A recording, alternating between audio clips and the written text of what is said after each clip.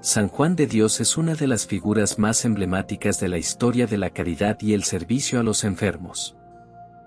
Su vida estuvo marcada por la transformación espiritual y la entrega absoluta al prójimo, convirtiéndose en un modelo de amor cristiano en acción.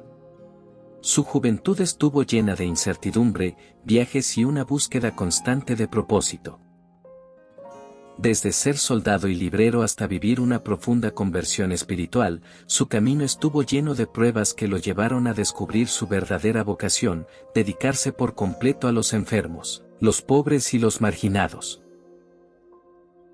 Historias de Fe, presenta la vida y obra de San Juan de Dios. Los orígenes de Juan son inciertos. Hay dudas sobre su lugar de nacimiento, del cual, hasta mediados del siglo XX, se tenía la certeza que había visto por primera vez la luz en una pequeña localidad de Portugal, llamada Montemoro Novo, en el distrito de Évora, el 8 de marzo de 1495.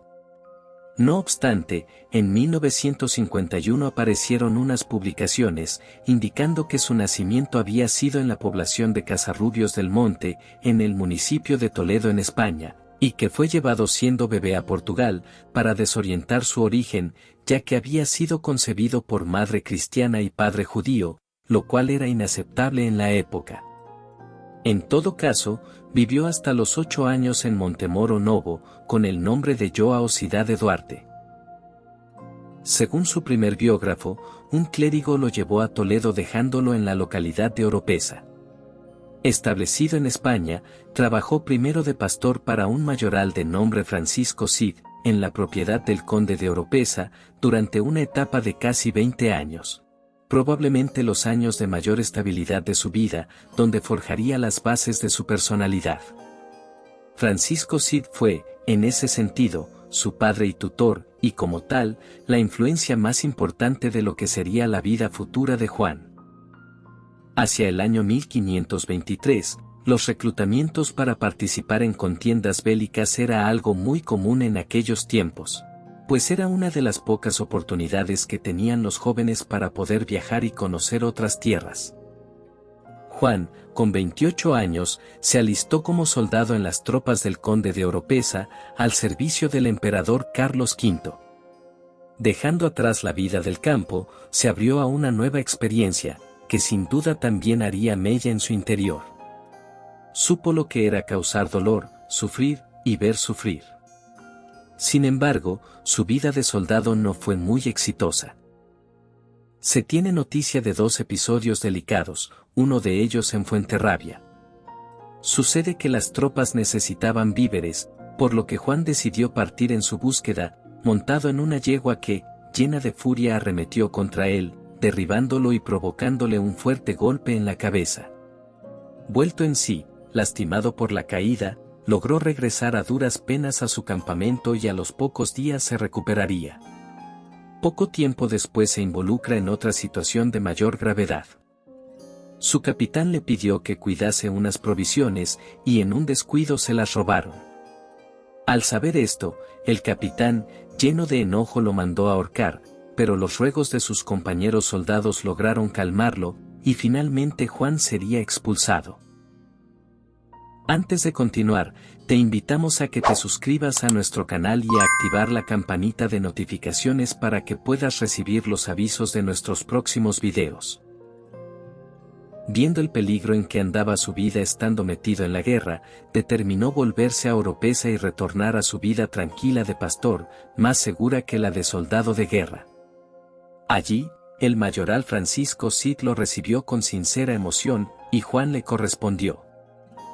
Esa instancia no duraría tanto, pues en 1532, decide volver a combatir en las tropas del conde de Oropesa en defensa del catolicismo, cuando los musulmanes turcos de Solimán I asediaron Viena. Regresó de la batalla el 4 de octubre de ese mismo año, desembarcando por Galicia. Allí siente la necesidad de visitar a su pueblo natal de Montemoro Novo, con el deseo de contactar de nuevo a los suyos y revivir sus primeros años de vida. Lamentablemente fue un encuentro vacío, pues había pasado demasiado tiempo, y apenas quedaba rastros de su núcleo familiar más próximo. Su madre había fallecido cuando él aún vivía con ellos siendo un niño. Su padre por su parte había entrado a un monasterio de franciscanos. Afligido, ya no regresaría a Oropesa. Volvió por Ayamonte y se dirigió a Sevilla, donde ejerció como pastor cuidando ovejas hasta los primeros días de 1533. Después de eso se dirigió a África, a la ciudad de Gibraltar. En su mismo barco conoce al caballero Almeida y a su familia, que habían sido desterrados por el rey de Portugal, enviándolos a Ceuta. Almeida le contrata como sirviente, pero al poco tiempo toda la familia enfermaría, y tuvieron que gastar la poca fortuna que traían, viéndose en la necesidad de pedir ayuda a Juan. Este, mostrando la enorme caridad que le convertiría en santo, se pone a trabajar por unos meses en la reconstrucción de las murallas de la ciudad, permitiendo que de su salario, todos pudiesen subsistir. Recuperada la salud de la familia, decide irse a Gibraltar, donde se hace vendedor ambulante de libros y de estampillas. Entre 1533 y 1538, según sea el autor, se traslada definitivamente a Granada, donde acontecen los hechos más notorios de su vida, y abre una pequeña librería en la Puerta Elvira. Sería en esta librería donde comienza su contacto con los libros de tipo religioso. Granada era un lugar bullicioso con muchas razas, culturas y creencias que se mezclaban, pues era el paso obligado de la buena gente, y la no tan buena, que deseaba partir hacia las lejanas tierras de América. En la fiesta de San Sebastián de 1539, el futuro santo Juan de Ávila predicaba en la ermita de los mártires. San Juan de Ávila sabía transmitir la palabra de Dios de forma certera y penetrante. Juan acudiría a esa misa, y ese fue el detonante que le desbordó el corazón, un choque emocional profundo lo conmovería. Lanzando gritos, suplicando misericordia a Dios y dándose fuertes golpes en el pecho después de escuchar la homilía, se fue a su tienda, regaló sus libros y todas las imágenes que tenía, se despojó de todos sus bienes temporales y se quedó solo vestido con camisa y pantalón para cubrir su desnudez. Así anduvo descalzo y andrajoso por las calles de Granada, queriendo seguir a Jesucristo gritando: «Misericordia, misericordia Señor para este gran pecador». Le creyeron loco por toda la ciudad. Lo llevaron ante el causante de su radical transformación. Juan de Ávila lo escuchó atento y pacientemente. Por su parte, Juan se comportó pacífico y en silencio, le relató su vida, sus sueños, sus esfuerzos y fracasos con serenidad, confesó sus pecados mostrando total arrepentimiento, y le rogó al maestro que lo aceptara por discípulo como director espiritual. Este lo admitió por hijo de confesión, le levantó el ánimo y salió de allí con su bendición. Después de eso fue internado en el Hospital Real de Granada. Según parece, continuaba haciendo excentricidades por doquier. Pero dos buenos hombres, sintiendo lástima por la forma como era ridiculizado y maltratado por la gente, lo llevaron a ese sanatorio acostumbrado a la atención de enfermos mentales, mendigos y ancianos abandonados. En la sección donde se recluían a los dementes del Hospital Real, Juan sufre en carne propia el trato que se da a los enajenados mentales allí internados. Celdas frías y oscuras, atados, azotados, baños de sorpresa, exorcismos, cadenas y demás, como correspondía a la terapéutica de la época de estos enfermos. Juan les dice a sus guardianes: ¿por qué tratáis tan mal y con tanta crueldad a estos pobres miserables hermanos míos? ¿No sería mejor que os compadecieseis de ellos y de sus trabajos, y los limpiaseis y dieseis de comer con más caridad y amor que como lo hacéis? Es allí en su encierro donde toma conciencia de su misión. Jesucristo me traiga el tiempo y me dé gracia para que yo tenga un hospital, donde pueda recoger a los pobres desamparados y faltos de juicio, y servirles como yo deseo. El propio padre Juan de Ávila lo libra del hospital, consciente de que no había locura alguna. Siguió de cerca este proceso de cambio y conversión de Juan de Dios. Fue la persona que le ayudó a discernir, a analizar e interpretar lo que le pasaba y a orientar sus vivencias religiosas. Permaneció algunos días con él, estudiando su vocación hospitalaria y hablaron sobre su futuro, y lo encaminó para que visitara el famoso monasterio de Guadalupe, un lugar de peregrinación para adorar a la Virgen, y donde había una comunidad de monjes jerónimos que atendían un hospital muy famoso en aquel tiempo. Ese lugar se convertiría en una oportunidad de aprendizaje, pues se promovía el conocimiento, el estudio y la atención correcta. Juan de Dios aprendió mucho con ellos. De regreso a Granada, asumió los prejuicios que la gente tenía de él. Al fin y al cabo, la gente lo había visto fuera de sí por las calles, y se sabía que había estado ingresado en el Hospital Real, catalogado de loco. Aún así no quiso renunciar al impulso de su voz interior. En el patio de una casa, propiedad de la generosa familia Venegas, comienza a recibir a pobres, ancianos, prostitutas, gitanos, condenados y enfermos de las clases más excluidas. Los limpia, los consuela, los abriga, les da de comer, les cura las heridas del cuerpo, pero también las del alma. De noche mendiga por la ciudad para mantener a sus enfermos, y en ocasiones llegaba con algún moribundo en sus brazos, que había recogido de la fría calle. Hasta el alimento que debería confortarlo a él, se lo otorga a los más indefensos, por lo que pronto empieza a tener signos de desnutrición. Aquellos que se mofaron en su momento más vulnerable, empezaron a llamarlo Juan de Dios, pues era un hombre de Dios. No tardaría el presidente de la Cancillería de Granada, el obispo de Tui, sugerirle que tome el nombre de Juan de Dios y que vista una túnica hecha a manera de hábito, sugerencia que inmediatamente acoge Juan. Pequeño le quedó el espacio que le otorgó la familia Venegas, quienes ya se sentían un poco nerviosos con tanto enfermo circulando por su propiedad. Juan, consciente de ello, busca otros espacios y encuentra un pequeño local en la calle Lucena. Pronto se corrió la voz de lo bien que eran atendidos y la caritativa acogida que recibían. Juan sabe que ayudando a los demás, uno se ayuda también a sí mismo, y cuando sale a pedir por las calles de Granada, no cesa de repetir su popular máxima: «Haceos bien a vosotros mismos, dando limosna a los pobres». El servicio a los desamparados no le impide continuar con su vida de oración y jamás la descuida. No le faltaría en el futuro dificultades, aprietos o alguna que otra calumnia, pero también tenía la firme convicción de que para quien hace el bien, todo es gracia, y que servir a los demás prevalecía sobre las dificultades, ya que daba el sentido profundo a la vida. Su obra cada vez será más conocida.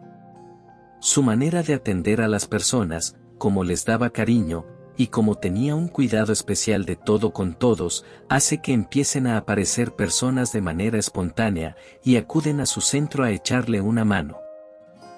Su estilo despierta admiración y adhesión, convirtiéndose sin esperarlo en el iniciador del voluntariado. Así nace la familia de San Juan de Dios. Unos deciden entregarle su tiempo, otros sus conocimientos. Juan de Dios reúne a su alrededor enfermeros, médicos, ayudantes, donantes y bienhechores, que hacen posible, cada cual a su manera, que más y más gente pueda ser atendida. Llamaba la atención cómo Juan de Dios organizó el centro, cómo cuidaba todos los detalles, los aspectos de la acogida, el cuidado, la limpieza. Juan de Dios es la persona sin límites. Como da mucho, recibe más, y esto hace que cada vez sean más quienes le ayudan a atender a los enfermos y contribuyen para disponer de lo necesario. Es el círculo de la generosidad, de la entrega y del contagio de hacer el bien, algo que sin duda ennoblece a quienes lo practican, y satisface las necesidades de quienes precisan ayuda. La obra que había iniciado ya no podía parar, y el mismo Juan de Dios cuenta en una de sus cartas, que cada vez son más las personas que acuden a él, con todo tipo de necesidades. «Cuando no los puedo socorrer, quedo muy triste», dice textualmente Juan de Dios. No da rodeos, ni pasa de largo, no se excusa ni prioriza sus ocupaciones y quehaceres. Él se centra en la realidad de las personas que encuentra a su paso, se involucra y se compromete con ellas, y cuando es necesario, las carga a sus espaldas y se las lleva a su casa. Queda ya muy atrás el recuerdo de la locura sin sentido, y cada vez se evidencia más que lo que hace Juan de Dios es una locura de amor. La necesidad de buscar un espacio mayor se volvió prioridad. El local en Lucena, desde hacía rato se había quedado pequeño, y necesitaba un lugar donde poder atender a más gente y de mejor manera. Es entonces cuando se presenta la oportunidad del traslado a la Cuesta de los Gómeres, un edificio amplio con espacios exteriores que había sido el convento de una comunidad de monjas franciscanas terciarias. Diseñó una mejor distribución y organización del hospital, incluso incorporó criterios de salubridad para la atención de los enfermos, diferenció espacios en función de la gravedad de los casos y las patologías, y eso en el siglo XVI era algo innovador. De alguna manera se estaba cumpliendo el deseo premonitorio que tuvo cuando estaba internado en el Hospital Real. Jesucristo me traiga a tiempo y me dé la gracia, para que yo tenga un hospital, donde pueda recoger a los pobres, desamparados y faltos de juicio, y servirles como yo deseo. Antón Martín y Pedro Velasco fueron sus primeros grandes colaboradores, imitando en todo a Juan, entregándose por completo a su obra y defendiéndola de manera incondicional. Luego fueron llegando Simón de Ávila, Domingo Piola, Juan García, Fernando Núñez, y los hermanos Sebastián, Diego y Alonso Retíngano. El incesante crecimiento de su obra obligaba a buscar más recursos para poder atender a cada vez más personas. Llegó un momento en el que, al parecer, a él mismo le entró cierto vértigo al contemplar la obra que había iniciado. En una carta dijo: «Son tantos los pobres que aquí vienen, que yo muchas veces quedo maravillado de cómo se pueden sustentar, pero Jesucristo lo provee todo y les da de comer. El día que no se encuentra suficiente limosna, consigo fiado, pero otras veces toca ayunar. Viéndome tan empeñado, muchas veces no salgo de casa por las deudas que debo». La responsabilidad se hacía mayor, pero también las necesidades y los compromisos. En 1548, orientado por Juan de Ávila, emprende junto a otro hermano, un viaje por tierras de Castilla, en busca de personas que le puedan ayudar. Logra entrevistarse con el príncipe Felipe II, el cual le escuchó, se interesó por su obra y le socorrió con generosidad, al igual que lo hicieron sus hermanas, las princesas de España. Su regreso fue más duro que de costumbre. Descalzos y a pie, los esfuerzos de Juan durante esos años, cuidando la salud de otros, fueron adversos a la suya propia. Juan llegó muy cansado y enfermo. Este viaje tan agotador lo marcaría a partir de entonces. En 1549, se corrió la noticia de que el Hospital Real de Granada estallaba en llamas. Juan de Dios lo conocía bien, de cuando estuvo allí ingresado, y sabía que muchas personas que allí estaban internadas podían correr peligro. Sin pensárselo, se dirigió al hospital y sacó a cuantos pudo, dejando perplejos a los que lo veían entrar y salir con enfermos en sus brazos. Fue una acción que le quedó acuñada en la tradición y que fue relatada en el proceso de beatificación por muchos testigos. En pleno invierno de 1549, Juan enfermó después de meterse en el río Genil, para ayudar a un joven que se estaba ahogando.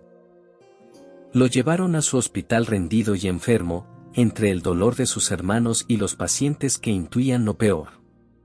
La fiebre no remitía a pesar de los remedios que le aplicaban. Como se agravaba su enfermedad, los señores de la familia Pisa vinieron para convencerlo de llevárselo a su casa. Humildemente lo aceptó, pero con gran pesar se lo llevaron en una silla. Cuando sus enfermos supieron que se lo estaban llevando, los que pudieron se levantaron y se le acercaron, y con gemidos y lágrimas comenzaron a dar muestras de tristeza. La señora de la casa le había preparado la habitación con la dignidad de un siervo de Dios, con ropa adecuada que le hizo cambiar, atendiéndole con fina hospitalidad y cuidado.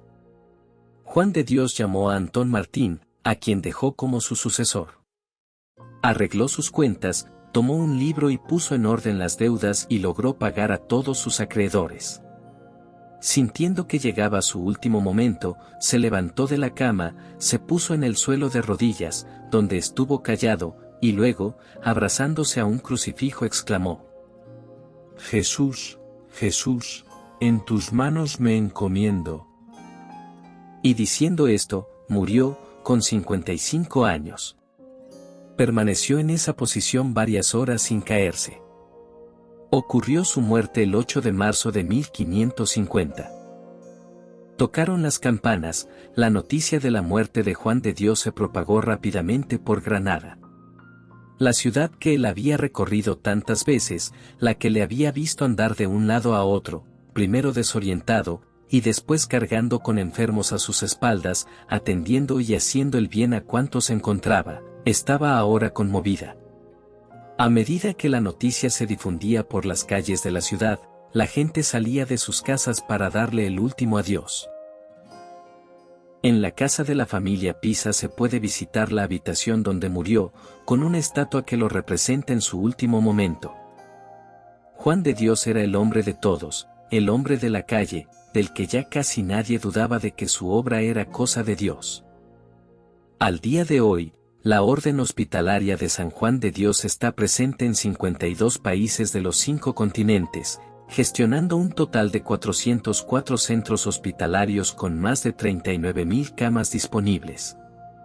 En el ámbito de la salud mental, la Orden gestiona 81 centros especializados, con un total de 10.181 camas dedicadas a pacientes psiquiátricos. Además, dispone de 32 centros que promueven actividades o servicios no residenciales para personas con enfermedades mentales. Cuenta además con un equipo de 65.080 profesionales en todo el mundo, de los cuales 52.722 están dedicados a ámbitos sanitarios específicos. Realiza anualmente más de 24 millones de intervenciones sociosanitarias, reafirmando su compromiso con la atención integral de las personas en situación de vulnerabilidad. Esta es la herencia de Juan de Dios. Su presencia está viva en la mente y el corazón de las personas de todo el mundo, donde llega la hospitalidad de Juan de Dios, un recuerdo que no se quedó solo en memoria, sino que se visibilizó en tantas y tantas personas, que a lo largo de los siglos siguen transmitiendo con su vida el espíritu y las actitudes de este gran santo. San Juan de Dios es la esencia propia del buen samaritano, una vida que trasciende. Juan de Dios es nombrado patrón de los hospitales y enfermos, de los enfermeros, y también de los cuerpos de bomberos, a raíz de la actuación heroica en el incendio del Hospital Real.